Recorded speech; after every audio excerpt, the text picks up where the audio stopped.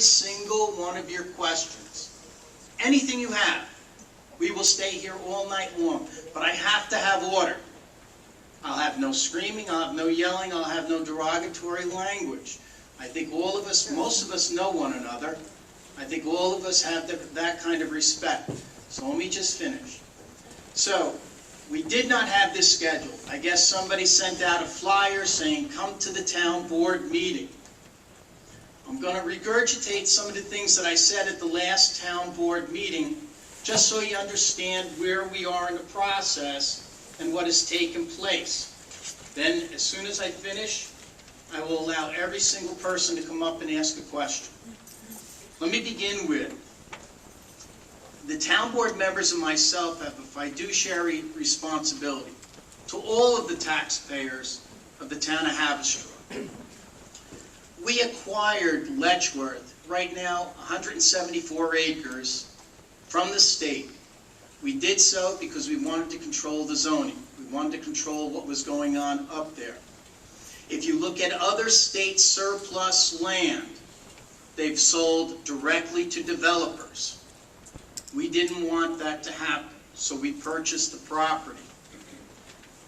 This goes back to 1992, when there was a deinstitutionalization of the clients at Letchworth. All of the buildings on the Haverstraw side were vacated. The state used the term that they warehoused the buildings. They did not. In reality, they abandoned the buildings. By the time the town of Haverstraw was able to acquire them in 2001, the roofs were falling in, the floors were caving in, the lead paint in the buildings were peeling, the asbestos on the footings were all coming off of the footings. It was a tremendous expense to remediate. We went out, we sought proposals, we whittled them down to 4, then to the final one. At that time, it was WCI. They were a developer. They were going to build age 55 and up. It was going to be mixed housing, 500 units. They went through every single approval, state approval, from the DOT to the DEC to the health department to the Office of General Services to SHPO, the State Historic Preservation. All of them gave them approval. Since that time, we had numerous fires. The most severe to the Stewart Building and the Jacobson House, completely destroyed. The Jacobson House completely removed. We've had other fires to the Revell Building a number of times, to the old administration building and several smaller other areas. The condition of the buildings are in horrible condition.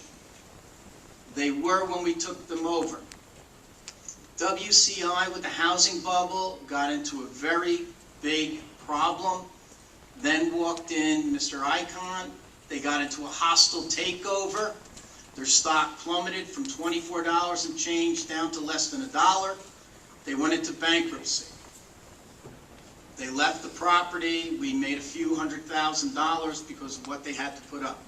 Since then, we've marketed about 3 different times. We've constantly been working with New York State Economic Development, Rockland County Economic Development, over this current county executive and the previous county executive. Which brings me to the other point. I will find our card here. There is a representative from the current county executive here. He asked to let us know that Mrs. Hartgrove is here tonight as his representative. We put it out. We were looking for anything that was not going to be what we would consider an obnoxious use. No jails, no red bag waste and center, no stacks, nothing like that. We didn't want that. We asked for anything else. So you know, we have not had any colleges. We asked for colleges in the beginning. No colleges. We were informed by the people who know, and I'm sure some of you out there are familiar with this, the colleges are not expanding. Most they'll do are satellites, and if they're doing satellites, they're more or less renting buildings. There are no hospitals that are expanding now or looking to be built. None. We asked that. We would like that. We would like several different things. We were approached by Lego about a year and a half, maybe going on 2 years ago. Lego came in, told us that they were interested. And it's been very difficult negotiating with Lego because the gentleman that they have in charge of their new construction, also new builds on their current site, is traveling around the entire world. There's a build going on in Malaysia right now, Dubai right now, they're talking with Korea. There's a number of Legolands in Europe, they have the Florida, they have the California. We didn't want to do two things. We did not want to bring you out and have a meeting and have nothing to tell you, so we were doing our due diligence, investigating. At the same time, we told Legoland that whatever they wanted to do there would have to be something that we would like and something that our residents would have to be fairly and adequately compensated for. So in between that time, we went back and forth.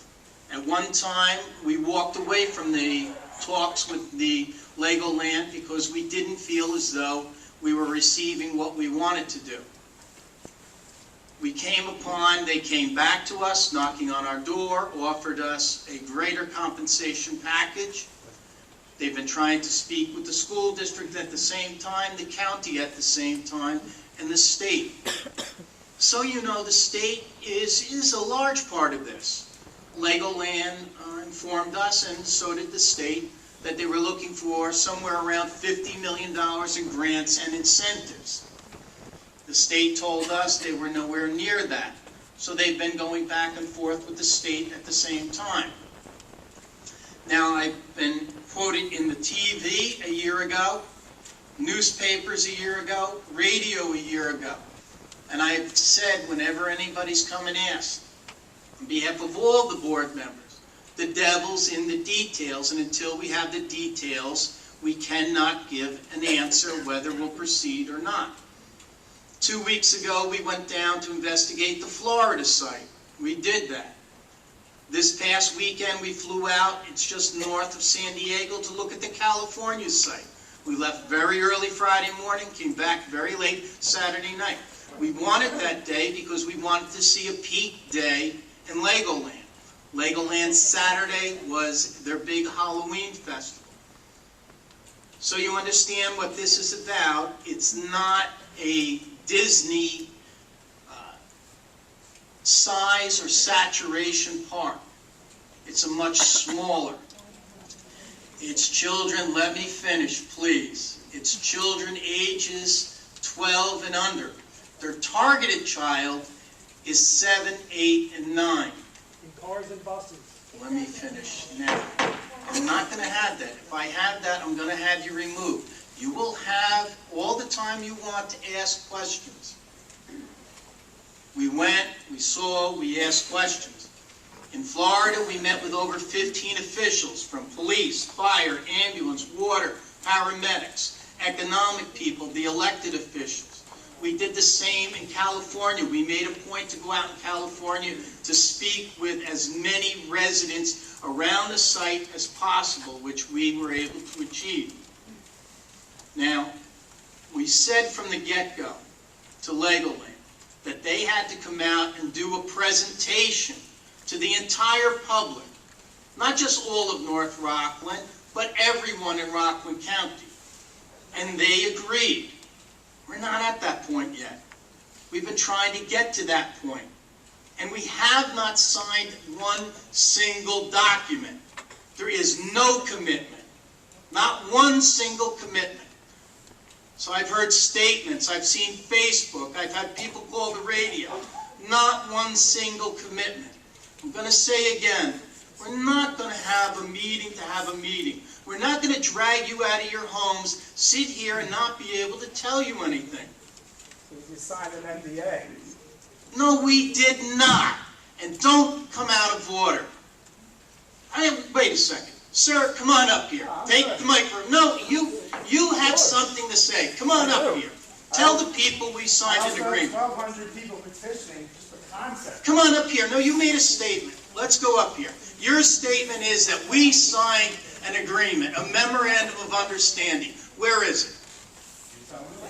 Because your school board said the other night when they signed on disclosure, so I would imagine the town board signed. We did not sign a memorandum of agreement. What we said from the beginning with Legoland, they said we cannot negotiate in public. Please state your name and address for the record. Robert Lachey, 302 Willow Grove Road.